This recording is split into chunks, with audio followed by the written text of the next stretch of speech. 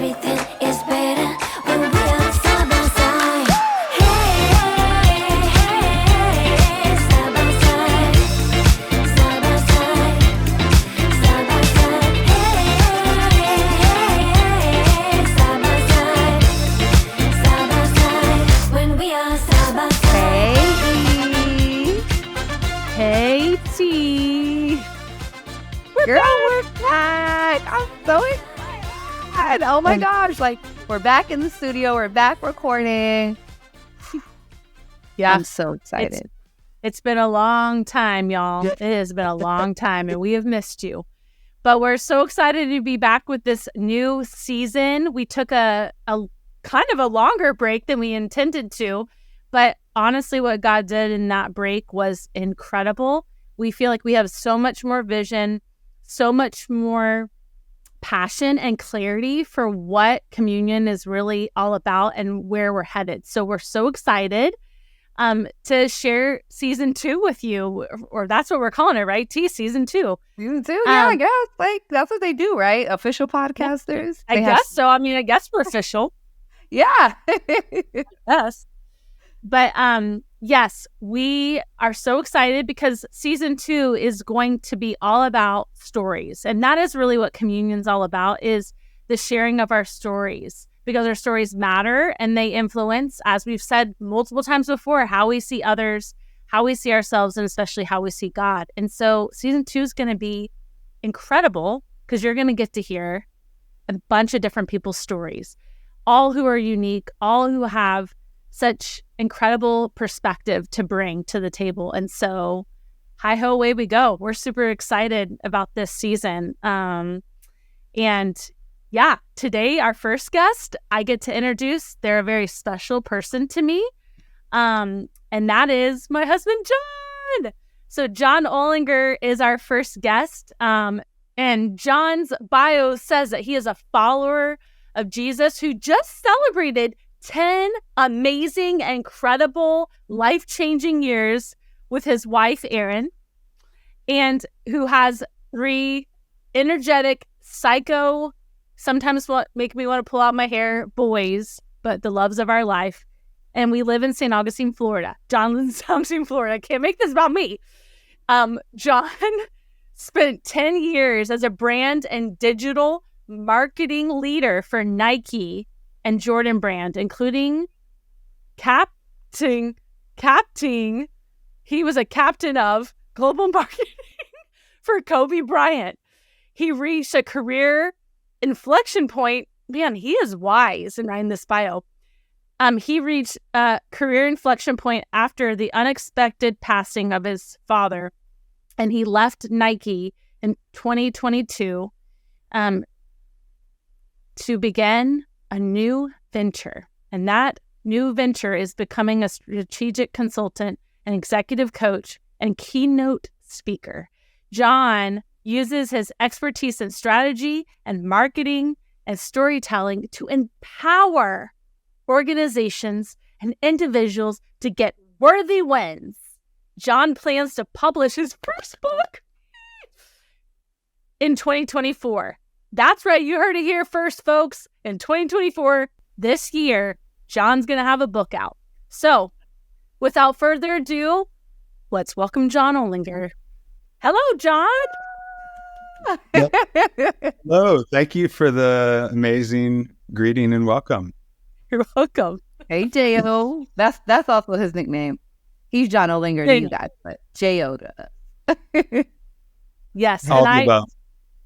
John was a part of, obviously, he's my husband, the original Supper Club. John and I are the ones who started Supper Club, which is how T and I met. And John, we stole one right out of your book because with the way that we used to always start Supper Club was John really felt like it was important for us to have an icebreaker question every single time. And so we have one for you today, and that's how we'll start out every episode, is with an icebreaker question. So something you know about my husband is, some people like to say he's a bala, a shot caller, 20H blades in the Impala, and then that's the end of that.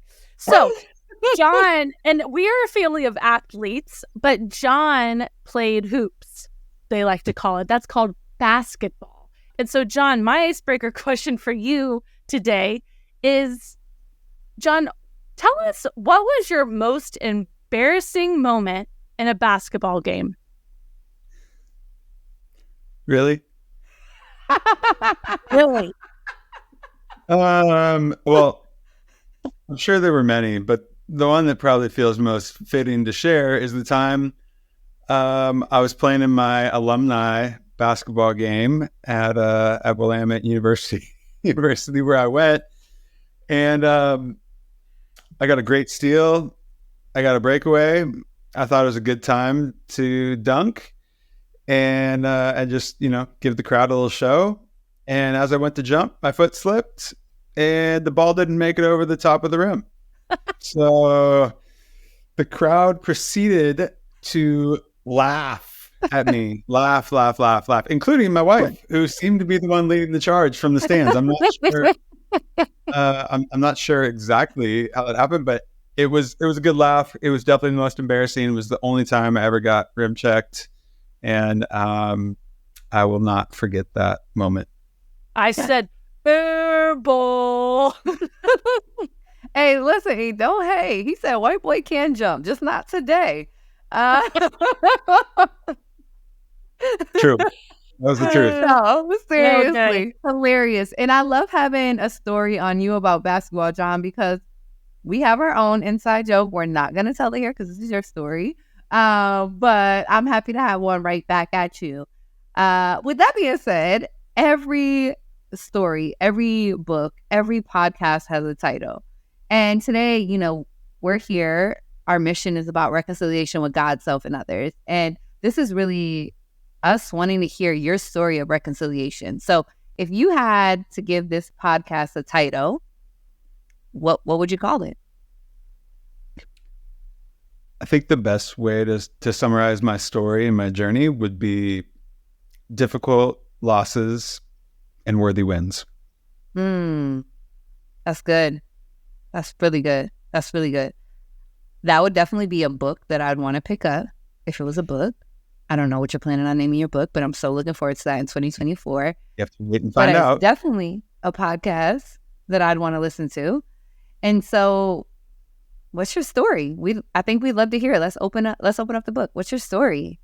If I was starting to think about my journey and like some of the significant moments within that journey, the most significant one would probably start out around the time I was 10. Erin and I were actually talking about this the other day, but it was the moment that I was like driving to a track meet with my dad, and out of the blue, he just is sort of like, "Hey, your mom is sick, right?"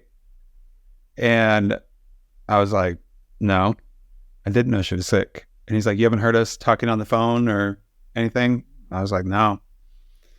And he went on to tell me that she had breast cancer and that she was going to be starting chemotherapy and losing her hair. And so she had cancer for a while, but they hadn't told me, and they sort of hid it as best they could. And it was coming to this point where they couldn't hide it any longer. And in actuality, this was like the last sort of like Hail Mary in a sense to try to kill the cancer in her body.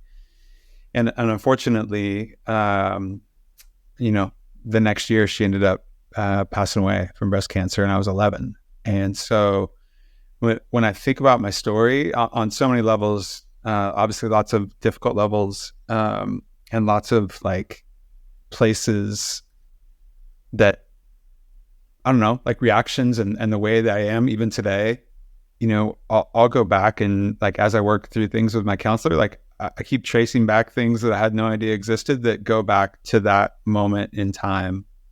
And as a young boy, figuring out life, trying to understand what was going on, how to make sense of a innocence taken, like where when you're 11, you don't really expect or understand that kind of thing. And so that was a really pivotal moment in my journey.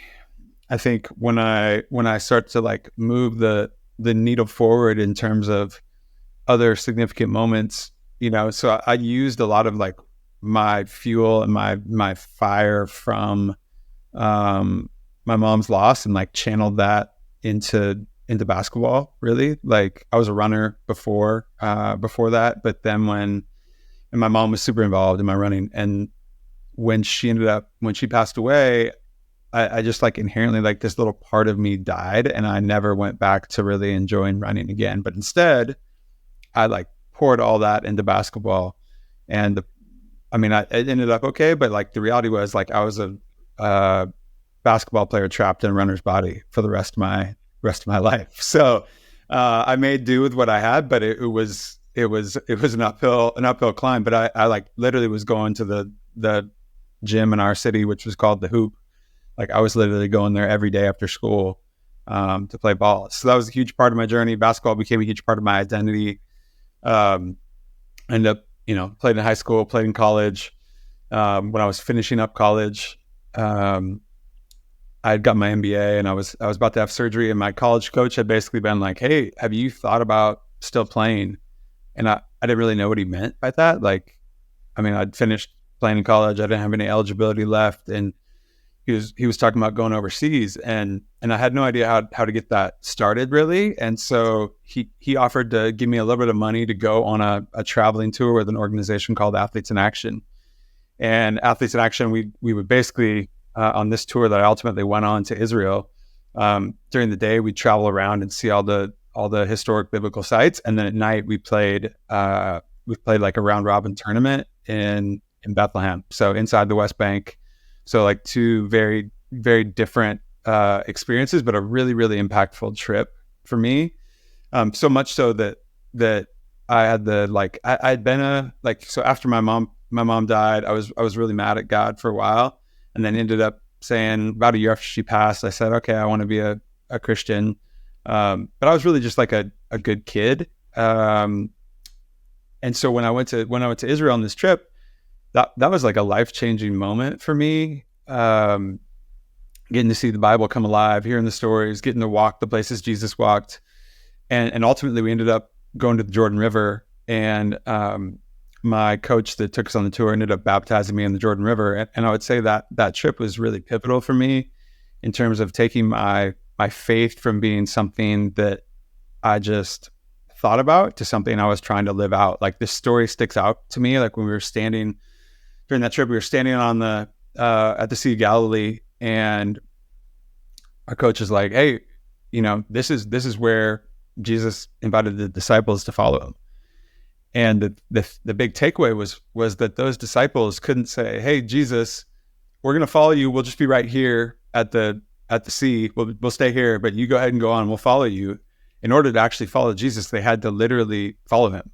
And it sounds like such a simple concept, but for me, it was like this really eye-opening moment of what faith is supposed to look like, and the faith that I really believe that Jesus is inviting us into, which is living it out and following day by day, step by step. So that trip was really important. I went on, ended up playing a couple of years over in England after that, and then came back. I met Erin. It was a setup. She didn't know it was a setup, but it was a setup. I pursued her very intentionally, and eventually she agreed to go on a date with me.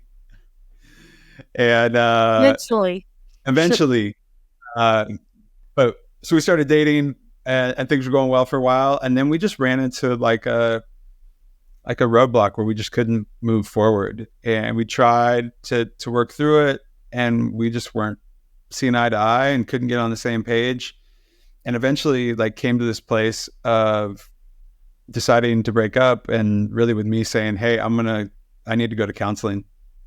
And I'd never been, like, I'd only been in one serious relationship prior to Erin, and there was always just like this, I don't know, fear of commitment, fear of moving forward.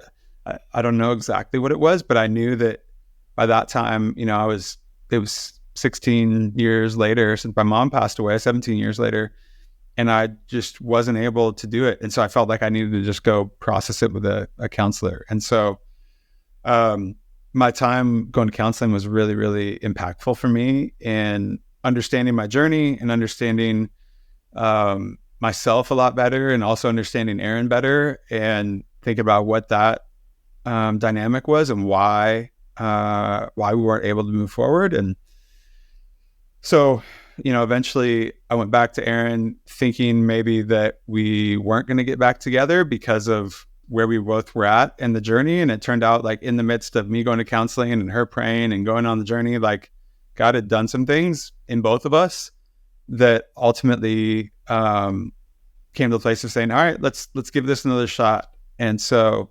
we got back together. I made her wait way too long to get engaged, and then got married, like I said, about 10 years ago.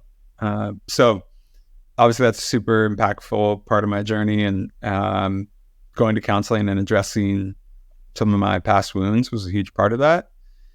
And then, in the midst of all that, prior to us getting married, I ended up getting a job at Nike. I worked in a bunch of different roles within that, but like social media, digital, brand marketing, got to work with athletes, got to work with products, got to work around things that I dreamed about working with. And was really grateful for all that happened. 2020 came around, and it was just like a really tough year for everybody for lots of reasons. But at that time, I was sitting in a role where I was the global brand director for Kobe Bryant. And obviously there was the accident with him and his daughter and the other folks. It was a huge tragedy. And so going through that was really hard. Then COVID starting, and then in Oregon, that being shut down. And so all to say, we got towards September, and Erin and I started to talk about the future. Nike was going through a reorg. So there was just a bunch of uncertainty about the future. And we had been trapped inside with our three awesome and young and, stir crazy boys. And Erin had asked me like, hey, have you thought any more about moving east? And we would have this conversation, I don't know, once a year or so. And I would always have a reason of like, oh, I'm working on this project, or I'm working on this thing and all this stuff. And it'd always be like, let's talk about it later. And on this time I said, I'm open to it. And so we talked about it. She said, well, what are you scared of leaving then if you're not scared of leaving Nike? And I said, well, I'm scared of leaving my dad. So obviously my mom passed away when I was young, and me being an only child, like my dad got remarried, which was great. And he had a companion and a partner. So that was awesome. So he wasn't alone, but I was his only kid, and we lived about 45 minutes from him. And so I was scared. He would have totally supported us. He would have been like, great, go if you decide to go. But I was scared about that. I didn't want to leave him. And so we decided to help us on the journey. We were going to invite God to join us on the journey. And so we said, we're going to pray for 40 days and see what happens in the midst of those 40 days. And so we start praying, and, 5 days in, I get a call super early one morning. Then it was my stepmom calling to tell me that my dad had a really freak accident.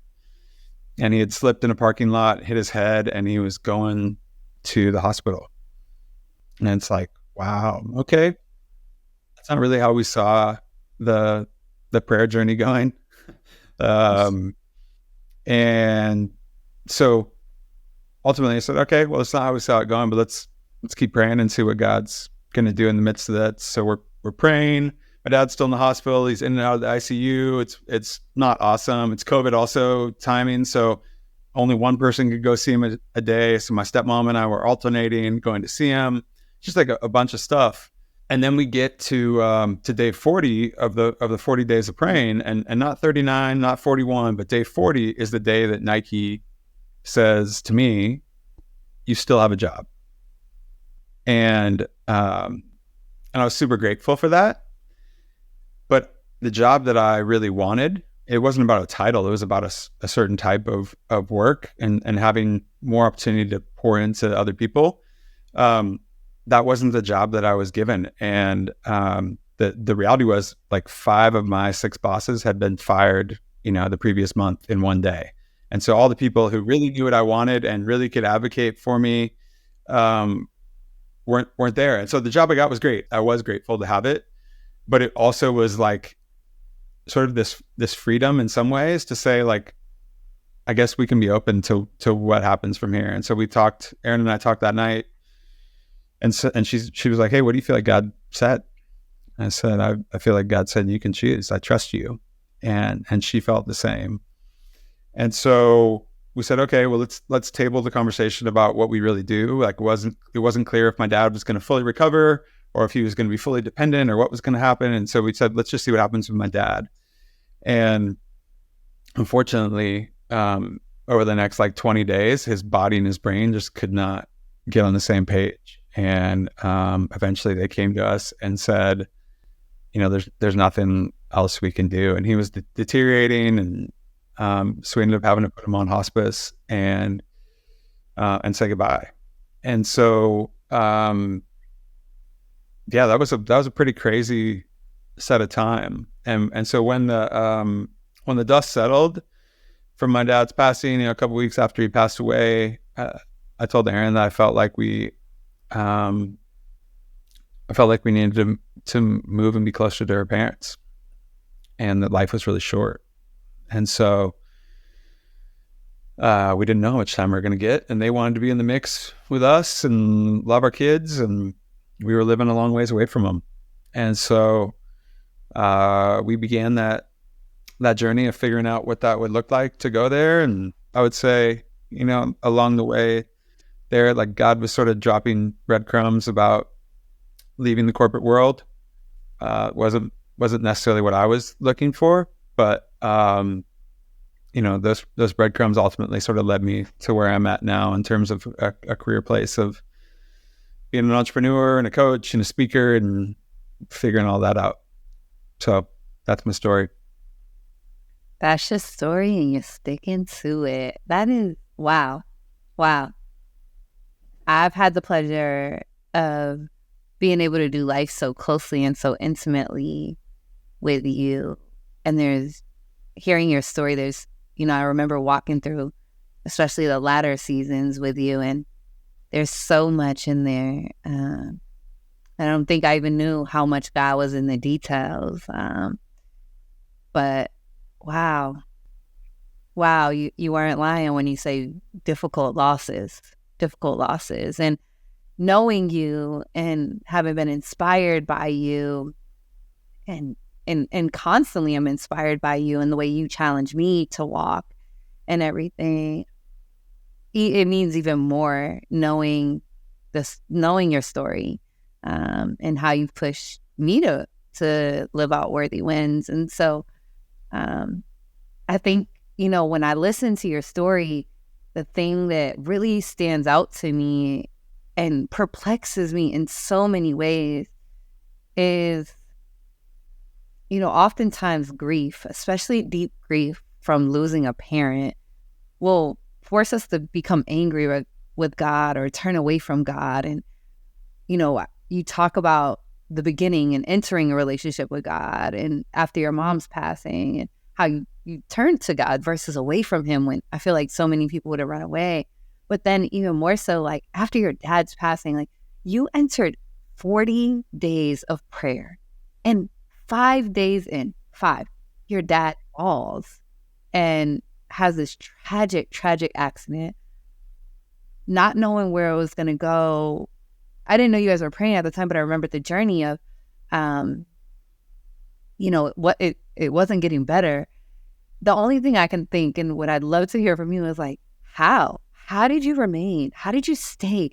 How did you continue to pray for those next 35 days? At a time like that, I would have been angry. I don't think I would have wanted to talk to God. I probably would have been so mad at God. I don't know that I would have wanted to turn to God and pray to God. And so, yeah, I guess like during those difficult losses, it seemed like you did what's probably opposite of what most would do in running to God. And so how did you turn to God? Why did you turn to God? How did you remain in those moments? It's a good question. I think that my response to my dad's accident couldn't have happened if I hadn't walked the journey with my mom. And I remember people at the time, I'd be talking about what's going on, and I'd be like, I'm not trying to say it's easier. I'm just saying it's different when you've already lost one parent, and when I lost that parent so young. Like I said, like my my life was so shaped by that moment. But also what I saw, the reason probably why my response was different was because when my mom passed away, I saw God's provision for me. And it took time. I was mad. Obviously, I was mad for a year. I didn't fully understand, but God had done this like crazy thing as a kid where I got connected through Young Life. So my best friend's house hosted a group of Young Life high school dudes on Sunday nights, high school guys. I was in 4th grade, and in 4th grade, they started asking us as 4th graders to come to their gathering and just be a part of it and treat us like one of them. And so there was this crazy, beautiful community that was there to catch me. Like I vividly remember being in that group, praying, crying. They're praying, I'm crying. You know, by that point I'm in 6th grade, but I had this group of guys and amazing leaders, and you know, it was my middle school basketball coach was hosting it, and like he just invited us in and made it such a special place. And like his name's Eric Schofield, and I've asked him before, like, hey, why did you invite me into us in to come be a part of that group? And he didn't have a great reason other than like he felt like it was the right thing to do. But it was such a provision for me to have a safe place to process everything that had gone on with my mom. And so after I'd been through that, and then finally had this realization, like God like understood the hurt that comes with death. Like Jesus went to the cross, you know, like it wasn't some beautiful story in the sense that it was all ups and no pain and none, like, and so obviously my mom and Jesus are not the same, but like I had this real revelation of like that I wasn't alone in the journey. And so as I think about how that shaped me in my life, I saw God like work amazing good out of the brokenness, the hard things, the hurtful things, the difficult things, the difficult losses, you know. And those difficult losses, like I believe, like, well, I don't think like God wants my mom to die or my dad to die or people that die in tragedy or wars or things like that. Like I do think that God wants to have us embrace them, and that there's opportunity to make good out of those difficult losses. And so when my dad had his accident, I wasn't consciously saying that. That's just like who I'd become over the years of realizing this is how it goes. And again, I think back on that time, like, okay, well, hard stuff happens. Difficult losses happen. And does it suck that they happened to my mom and my dad? And yeah, 100%. But does that mean that I don't trust God? No, I do. But the reality of the life that we live on this earth is one that's about difficult losses. That's good. And I know that to be true because I lived that story with you. And I can honestly say your faith in God never wavered. And sometimes I remember feeling like, man, John, you should. In fact, the other night I said this to you. I'm like, why don't you cry? Like, I'm sobbing about this. Like, this is so hard. And you have just withstood the test of time by saying, like, I still believe in God's faithfulness, and hard things are going to happen. And honestly, that's been a gift to me in our relationship and in our marriage, is like you just never see hard things as it meaning the end or it meaning that God's not still good. And I really appreciate that about you.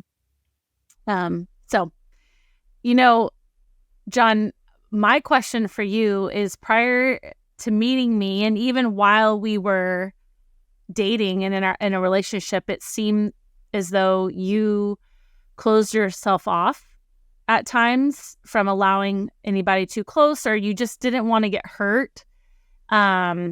With your mom passing away, you know, we talked a lot about this in our dating relationship. Like, you didn't want anyone to ever leave you again. And so I think that you use that a little bit as a block in letting people in.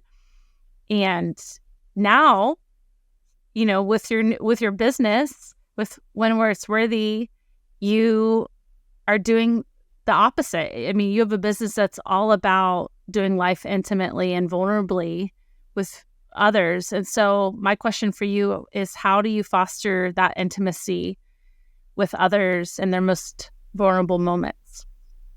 Because my mom passed away so young, like I've always had like ever since then, I've had this sense of like, life is serious. And like, you don't know how much time you have. You don't know, like, so I've always been like just fairly serious as a result of that. And maybe serious is the wrong word, but like, I've just felt like, oh man, I don't want to like waste my time on trivial things. And I've always felt that way. And I've tried to encourage my friends, but really like my dad's death was like this like final push over the edge of like realizing I was half his age when he passed away. And so, you know, that was this realization of like, if I am lucky enough to live as long as he did, then I'm halfway. I think everybody will eventually have that moment as they get older where they're like, oh, the clock's ticking. But for me, combining my mom and my dad in that moment in time, it's like, oh shoot, I don't have any time to waste. I don't have, I don't know how much time I have, honestly. And that was what led me to make this declaration that I want to win where it's worthy. And part of me for winning where it's worthy is with myself and with God. It's with you. It's with the boys. It's within my work. It's with my friends. And so I've really been on this journey since my dad passed away of realizing like, what am I like uniquely gifted at, passionate about, have experience with, and how's that like, how do I bring that to the world? And so when where it's worthy is an email list that I started with, you know, sending to friends, mostly because I just wanted to encourage them that life's really short and there's lots of things you can spend your time on, but not everything is worthy. Not everything actually matters. And I think the biggest problem that every single person in the world faces is that they're at risk of getting to the end of their lives and realizing they wanted things that didn't actually matter. And I know that for myself. But the more I go along, the more I realize we have all this noise and all these things telling us about what's important and what we spend our time on and what we should lean into. And we have our, you know, these phones that have anything and everything we could want in theory. But ultimately, are those the things that are most worthy? Like, and so my time at Nike, actually, like, it's crazy, like just how the story all knits together, because my number one takeaway, like when people ask like, hey, what did you learn at Nike? My number one takeaway that I share every time is that winning is subjective.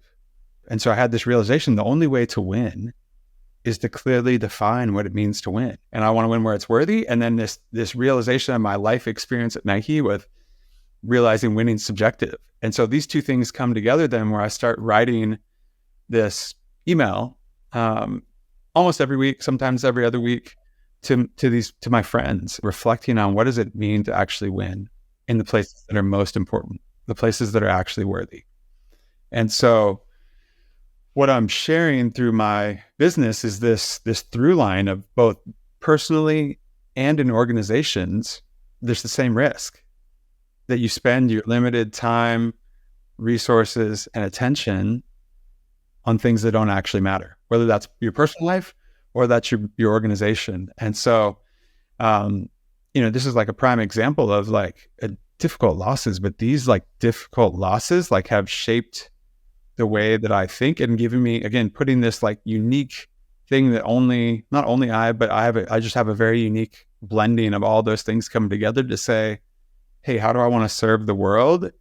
And being authentic and vulnerable and being honest about the things that are hard is ultimately the thing that I think unlocks opportunities to get worthy wins. And so that's really the goal.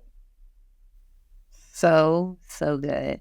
I I love that because honestly, I've gotten to watch even you and my husband walk that out, and just the questions that you've asked us and you've challenged us, especially as we're in these early parenthood years. And I would say those sometimes are the hardest parts of marriage, and we're mid-career trying to figure out all of these different lanes and answers to these questions. And it's like we have this little voice in the back of our head, this little jail that just sits on our shoulder that's always like, was that gonna make you win where it's worthy? And so it's kind of like this nice like filter when we are at this crossroads and we're trying to make a decision, and we really don't know what to do. And so I love when you talked about, winning subjective, but we have to define it for ourselves, which is so freaking true. So, when I think about that clarity though, that you talk about, like, you are really, really clear on who you are and what you are setting out to do currently.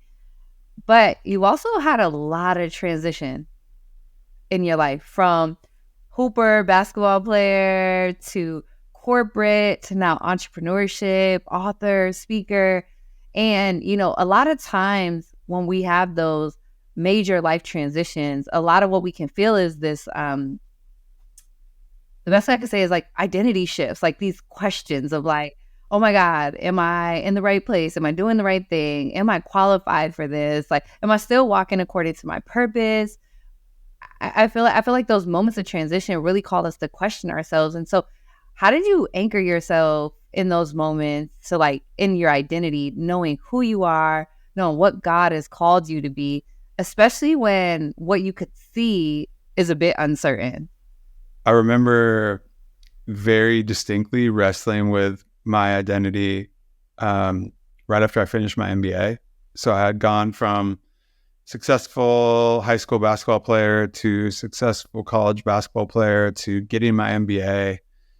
And then I was scheduled to have surgery, and after I graduated, that meant I couldn't get a job right away. Like, nobody would hire me because I was gonna be out. I was gonna have my jaw wired shut for 6 weeks, and everybody's like, "Hey, come back and see us when you can talk and eat real foods again."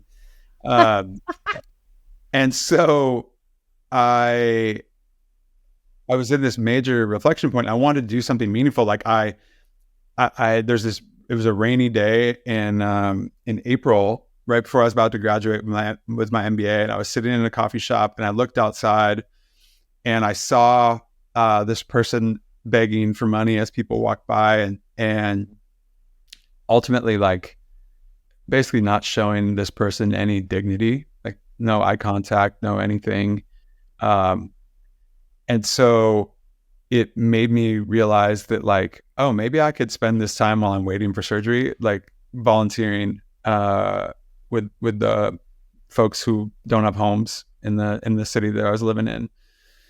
And so that started this journey. But I'd come off of all these, like, what people would have viewed as worthy wins, right? Or that I viewed as worthy wins, and the success in basketball and school and all the stuff.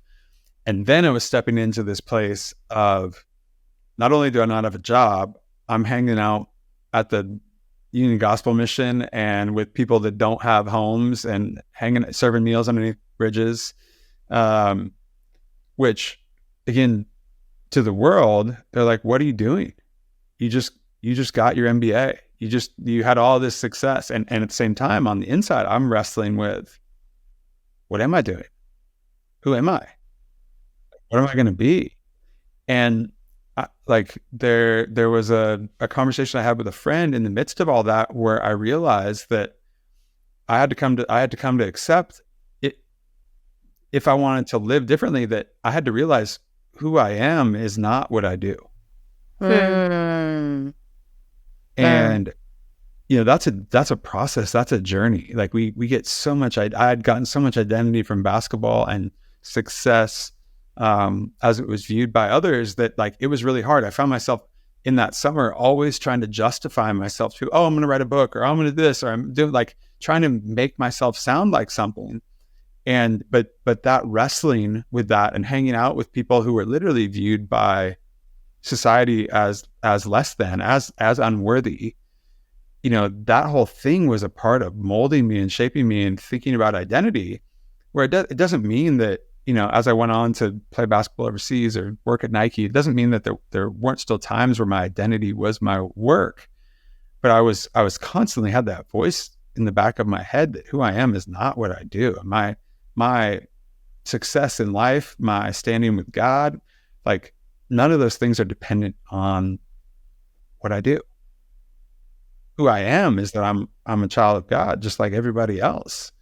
And if I can accept that I am worthy as I am, whether I have the most success or whether I don't have any, then it allows me to enter into these transition periods and say, hey, I'm gonna enter in and take the transition. I said no to a job here in Florida. It was a great job, but it would have meant that I had to commute 2 hours each way, 3 days a week. That was like this moment in time where it was like, we didn't move to Florida so that I could commute 6 hours a week and do all that. That wasn't the life that we wanted to live. And so when I turned down the job, this realization of like, oh, okay, well, I guess God's been dropping these breadcrumbs around consulting there. And if I want to win where it's worthy, then I'm going to have to step out in that transition and leave some of the safety of the corporate world and whatnot that I'd had before. And then trusting the process as I enter into these places. And now it's like, oh, I have a picture for what that is. But it's because my identity doesn't need to be in anything other than what I feel like God has uniquely gifted, experienced, and made me passionate about. Good. So good. So good. Yeah. So good. Well, thank you, John, for sharing your story with us. It is really nice to meet you, but maybe you want to go on a date sometime. No, but at the end of each of our episodes, because we are trying to keep these episodes a little bit shorter for you guys who have been so faithful and have listened, we have some rapid fire questions that we want to ask every guest. And, this podcast is all about reconciliation. That is what this community is all about, is reconciliation. And so, John, how would you define, in one sentence, reconciliation? I would define reconciliation as the remaking of the brokenness in our lives. That's good. It's for the end. That's good. Webster's Dictionary. You heard it here first. Maybe you need to change your definition. Okay, so then if reconciliation is the remaking of something that was once broken or is broken, then who or what are you still wrestling with when it comes to reconciliation? They all are connected. Reconciliation with God, reconciliation with self, and reconciliation with others they're all connected. And so for me, I'm still talking with my counselor and reconciling the place that I was at as a 11-year-old boy who was, protecting himself from getting hurt. And so I'm still reconciling how that plays out in my life when I'm in everything, and how I treat people and in ways that I'm scared. Like that's a lifelong journey. And then, when you step into more trauma and more hurt, like those things become more vulnerable. And so the reconciling I'm doing is reconciling how I deal with what previously was broken in those ways to be more healthy with it going forward. And that's a journey. Reconciliation really is a journey. Like, it doesn't just happen overnight. And I think that's the thing. Like, there's going to continue to be brokenness and reconciliation all throughout our journey. So I love that. So to close it out, quick fire, what do you think the Lord wants you to receive in your life right now? I think the Lord wants me to receive and be reminded what he's been telling me since I was 11 years old, was that I can trust him, even in the midst of the really difficult losses. So good. And then what do you think the Lord wants you to release Fear. Yeah. So we have all the stuff we talked about today, and still there's times where I'm scared and I don't necessarily trust God in the midst of that. And so I think God's telling me I don't need to be afraid. That little fear, that little thing called fear, telling you. That's good. Well, you kind of answered my third one because you already said what you need God to remind you of. So I don't know if you have anything else, but that was going to be my last question for you is what do you need to be reminded of? No, I'm grateful for y'all. Thank you for your perseverance to make it happen. People that are watching this, listening, they have no idea all the tech challenges to make it happen today, but I'm grateful for you guys, obviously, and I'm big believers in what you're doing and believing there's lots of reconciliation to come as a result of this. So thank you. Thank you. Well, thanks for being such a great first guest of ours, John Olinger. And we want to support you too. I mean, you're supporting Come.Union, and we want to support you and what you're doing with Worthy Wins. So my last question is, hey, where can people learn more about Worthy Wins? How can they subscribe to your newsletter and learn more about what you're doing? Worthywins.co will be live and running by the time you guys are listening and watching. So come on over, check it out. And look forward to encouraging everybody as they try to win where it's worthy. Thank you, Jo. Thank you, Jo. You have been such an awesome guest for us. Your story inspires us every day. Just thank you. I can't wait for more people to experience what we are able to intimately walk with and experience through Worthy Wins. So sign up for the newsletter. Be on the lookout for that book. Give my mans a follow. But yeah, just thank you, Jo. Thank you, seriously. So great to have you. And on that note, let the reconciliation begin. Thanks so much for listening today. Want to stay up to date with our episode? Then subscribe to our podcast and newsletter on our website, Come.Union.com. Follow us on Instagram at Come.Union. Rather watch our podcast? Then subscribe to our YouTube channel at Come_Union. We are so glad you're a part of this community.